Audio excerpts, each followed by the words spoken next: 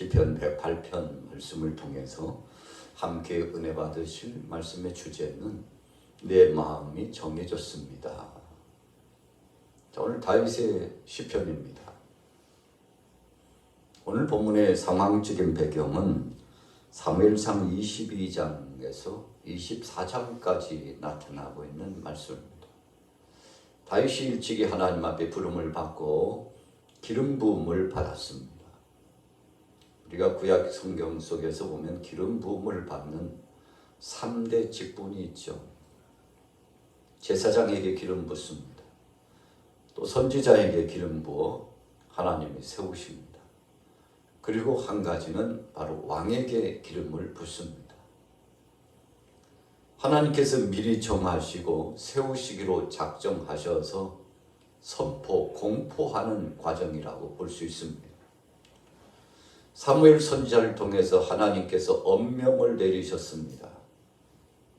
이새의 가에 가서 이새의 집에 가가지고 내가 정할 자 그에게 기름을 부어 세우라. 올리브 기름을 부어서 내가 다음 왕으로 세울 내가 마음에 합한 자 그 자가 있으니 그를 세우라고 하셨는데 나중에 사무엘 선지자가 결정하고 보니 그가 바로 다윗이었습니다. 이새의 가정에 8형제가 있었는데 그 중에서도 첫째도 둘째도 셋째도 아니고 7째도 아니고 마지막 8번째 막내둥이 바로 그가 다윗입니다. 어찌 보면 가정에서 소외되기 쉬웠던 아들입니다. 그래서 가정에 중요한 이 대소사가 있을 때 다윗은 오히려 아버지의 심부름을 맡고 가장 중요한 가정사의 책임을 맡고서 들녘에 나가서 양을 치는 목동으로서 파송된 다윗의 모습을 볼 수 있습니다. 자, 어찌 보면 다윗은 가정에 있어서 없어서는 안 될 아주 중요한 인물로서 그렇게 등장하기도 합니다. 양을 치는 일을 아무에게나 맡기지 않죠. 그래서 다윗은 책임감이 강하고 아버지에게 있어서 믿을 만한 아들이었을 것이라고 생각을 할 수 있습니다. 자, 이것이 한편에서의 생각이죠. 그러나 우리가 또 다른 편에서 하나님께서 사무엘 선지자를 바로 베들레헴으로 보내셔가지고 하나님의 뜻 가운데서 성읍을 진행하실 때 왜 하필이면 이새의 아들들, 그 많은 아들들 가운데 다윗은 제외를 시켜 동참하지 않도록 했을까? 이 아버지의 마음이 굉장히 궁금하기도 합니다. 그래서 또 다른 한편에서 보면 다윗은 소외되었던 사람이 아니었을까? 그렇게 추측을 해보는 것이죠. 많은 형제들 가운데 막내라고 한다면 오히려 보호함을 받아야 될 시기죠. 그가 양을 칠 때 소년, 목동으로서의 소년 시절을 보냈을 때이기 때문에 누구보다도 보호함을 받아야 될 유약한 나이입니다.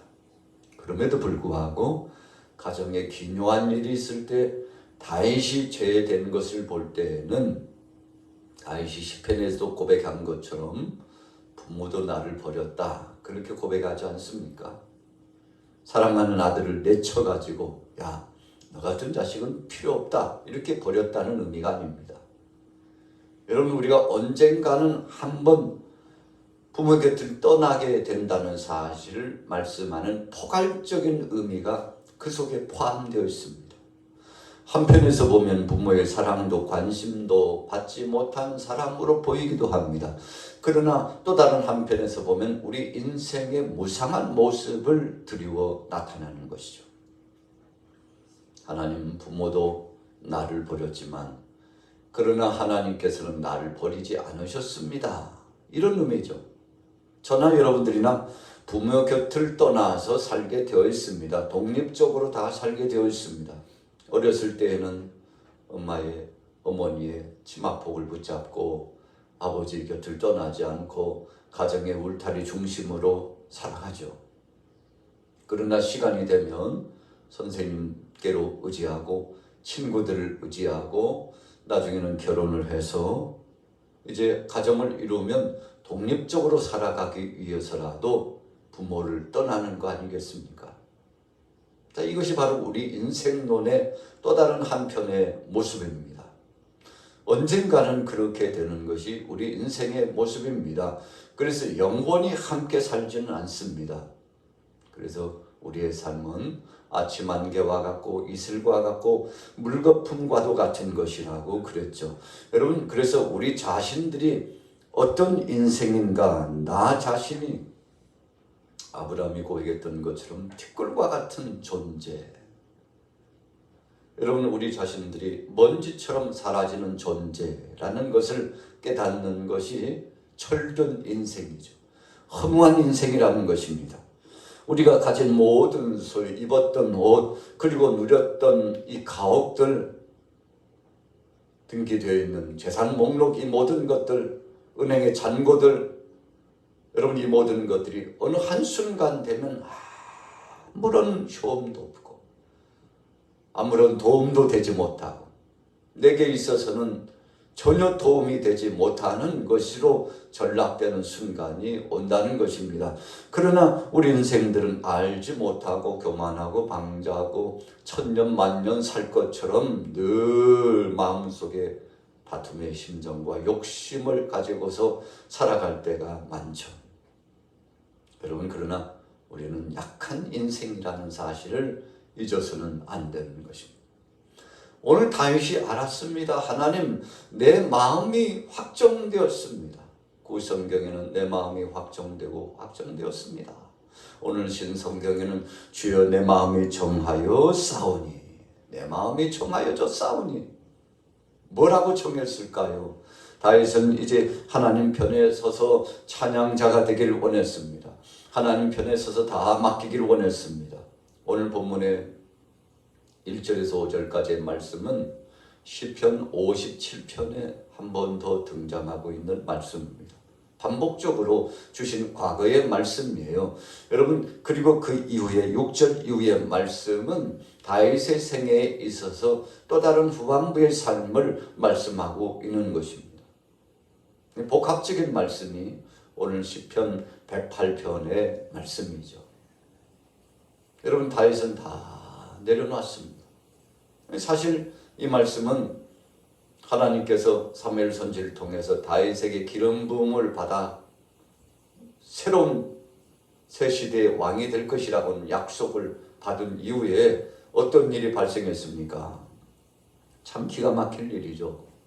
골리앗을 때려눕히고 나서 다윗의 명성이 대단했습니다. 사울 왕이 깜짝 놀랐죠. 그 소년 다윗의 용맹을 보고 놀랐습니다. 하나님께서는 다윗을 세우시기로 작정하셨죠. 그래서 성령의 역사하심을 통해서 다윗을 늘 도와주시고 하나님께서 동행자가 되어 주셨지 않습니까? 사울 왕의 눈이 띄었어요. 그래서 사울 왕의 배에 나가서 충성된 충인으로서 이제 점점 더 좋아집니다.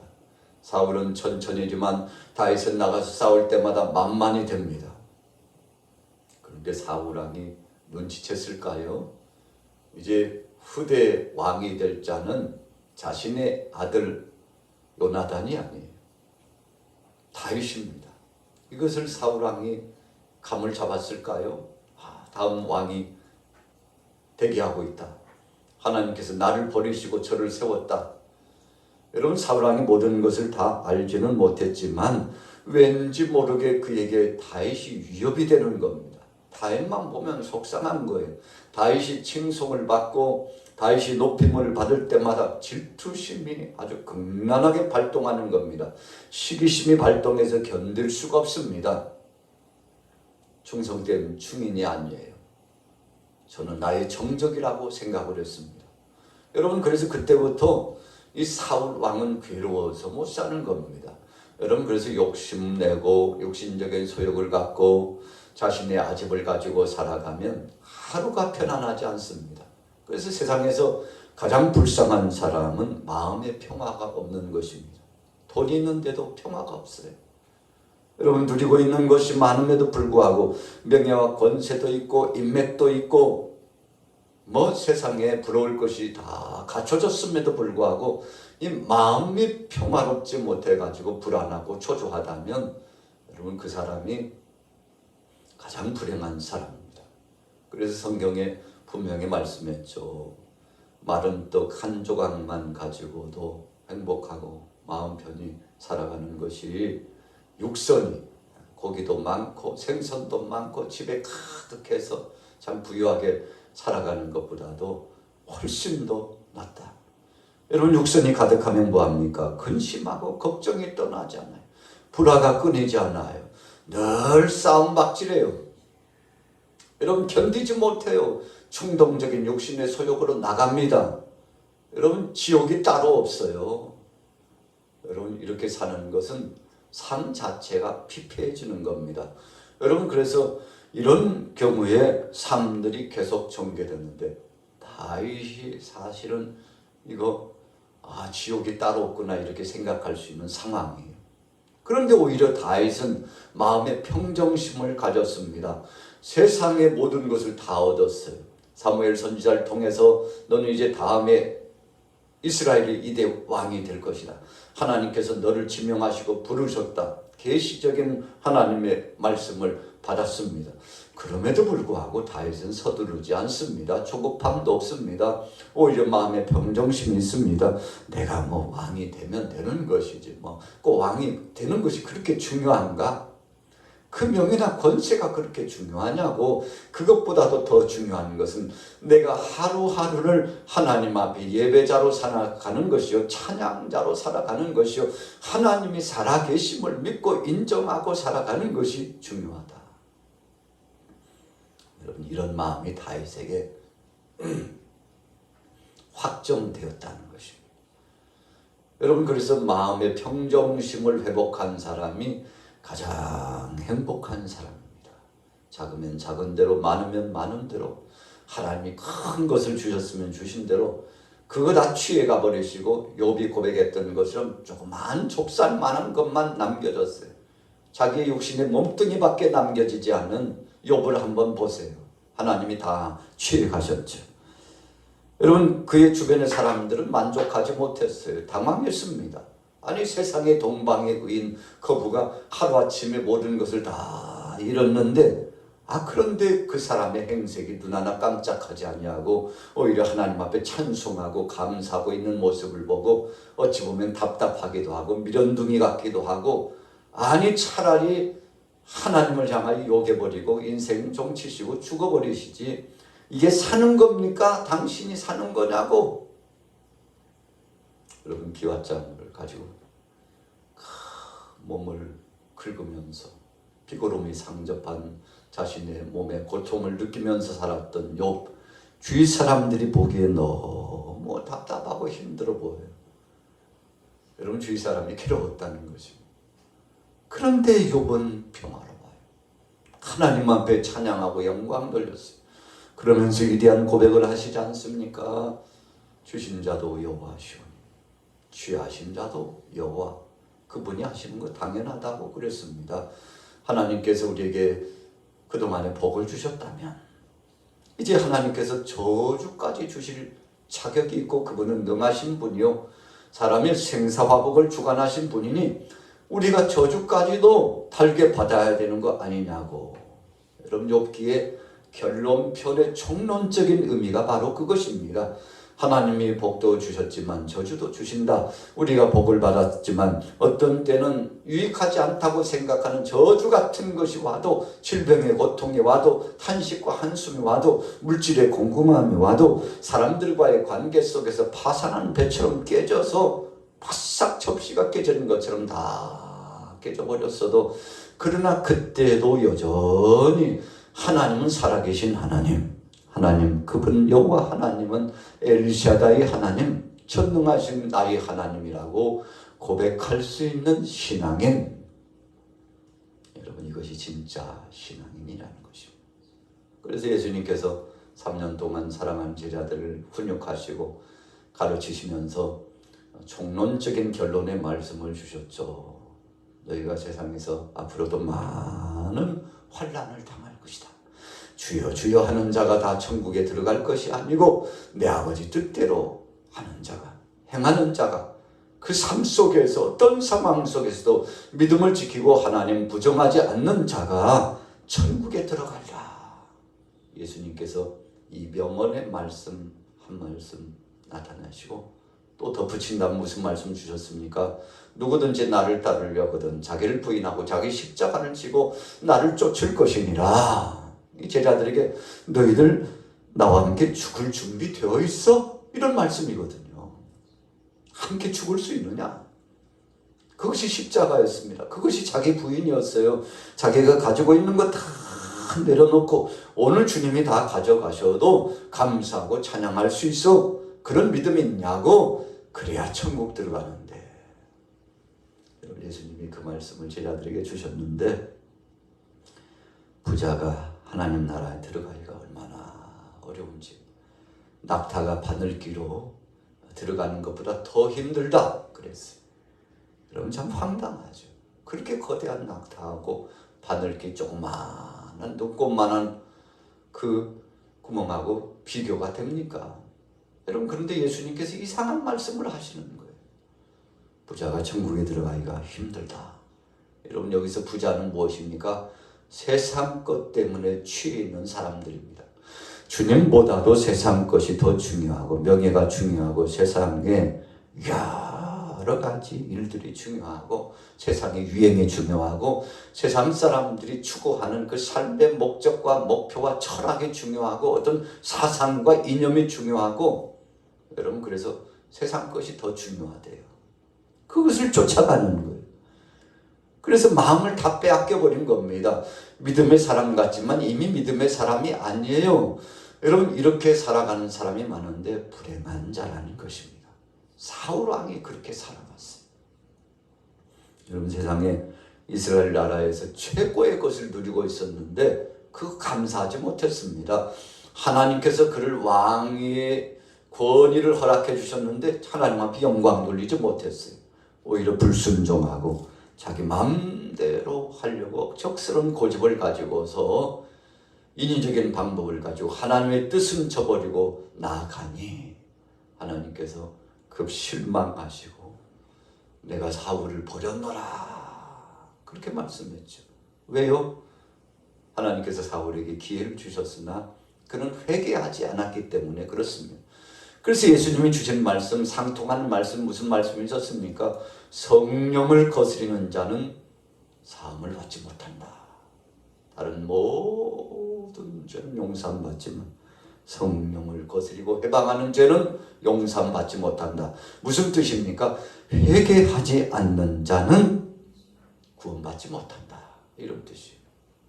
여러분, 그래서 성령님이 뭘 말씀합니까? 예수님이 그리스도의 심을 가르치시고 그분이 우리를 위해서 오신 그 십자가의 고난과 구속의 역사를 알려주시고 또 성령 안에서 하나님 나를 대망하게 하는 소원을 품게 하고 죄를 멀리하고 주님을 쫓아가도록 우리를 도와주시고, 그래서 우리가 미처 기도할 수 없을 때에도 성령이 탄식하면서 함께 오셔가지고 얼마나 힘드나 사랑하는 자야 두려워하지 마. 하나님이 함께 하신다. 내가 너와 함께하고 너를 위하여 기도한다. 여러분, 이렇게 탄식하시면서 동행해 주신다고 했죠. 죄를 떠나라. 세상의 것을 떠나고 하나님 편에 서라. 여러분, 주의 음성이 계속 들려온다는 뜻입니다. 그런데 그때 주님 음성을 접수하고 아멘, 아멘. 제가 요즘 며칠 상관에 몇 달 상관에 몇 년 동안 주님 떠나서 사랑, 이 무지몽매한 인생, 고집스러운 인생, 욕심의 소욕과 아집을 가지고 살아갔던 인생, 하나님의 뜻을 거스리고 불순종했던 인생, 주님 용서해 주옵소서. 성령님 깨닫게 하시니 감사합니다. 알고 지은 죄, 모르고 지은 죄까지 다 생각나게 하셔서 주님 앞에 서게 하시니 감사합니다. 주님, 새로운 인생, 새 출발을 할 수 있도록 저에게 은혜를 주시고 힘 주신 거 감사합니다. 여러분, 이런 태도, 바로 성령의 탄식하심 속에 주님이 나를 부르셨을 때 주의 음성을 통해서 아멘 하고 마음문을 열고, 요한계시록에 말씀하는 것처럼 볼지어다 내가 문 밖에서 문을 두드리노니 누구든지 내 음성을 듣고 문을 열면 그랬어요. 열어야 된다는 것입니다. 아멘으로 화답하며 받아들여야 된다는 것입니다. 여러분, 오늘 다윗은 주의 내 마음이 확정되었습니다. 주님만이 나의 소망입니다. 사울왕이 그렇게 핍박하고 죽이려고 했어도요, 다윗은 2번씩이나 사울을 직접 자신이 칼로써 무기를 가지고 손으로 제압하고 처단할 수 있는 기회가 있었지만, 여러분, 엔게디 굴에서 그리고 광야에서 2번씩이나 다윗은 사울을 용서하고 사울을 하나님 편에 맡기고, 사울을 해하는 것은 내가 할 몫이 아니고 심판은 하나님이 하신다, 그렇게 생각하고 하나님이 세우신 종을 함부로 할 수 없다고 이런 신실한 믿음을 가졌죠. 여러분, 이런 인격적인 이 다윗의 믿음을 하나님이 기뻐 보신 겁니다. 하나님을 두려워한 겁니다. 요셉도 하나님을 두려워했어요. 하나님이 하실 일을 내가 할 수 없다고. 여러분, 그래서 하나님 앞에 다 맡기고, 형들이 두려워 떨 때 오히려 형님들, 당신들이 나를 파는 거 아니에요. 걱정하지 마세요. 이것은 하나님의 섭리 안에 있었고 하나님이 만민의 생명을 구원하시려고 하신 것입니다. 당신들뿐만 아니라 당신들의 자녀들까지도 책임질 거니, 이런 담대하고도 후덕한 믿음을 보인 요셉 한번 보십시오. 여러분, 그래서 하나님께서 전무후무할 만한 복을 요셉에게 내려주시는데, 오늘 금요일 아침입니다. 벌써 6월을 시작하고 하루가 지나고 또 이틀이 되어가는 6월 2일 이 아침에 여러분들의 마음은 어디까지 머물고 있습니까? 어떤 상황 속에서든지 다윗이 감사한 것처럼 오늘 여러분들에게 그런 심정이 주어지기를 축복합니다. 여러분, 하나님이 대신 원수 갚아주신다는 걸 다윗은 알고 있었습니다. 그래서 다윗은 승리했는데, 오늘 하루도 이 큰 믿음으로 승리하게 되기를 예수님의 이름으로 축원합니다.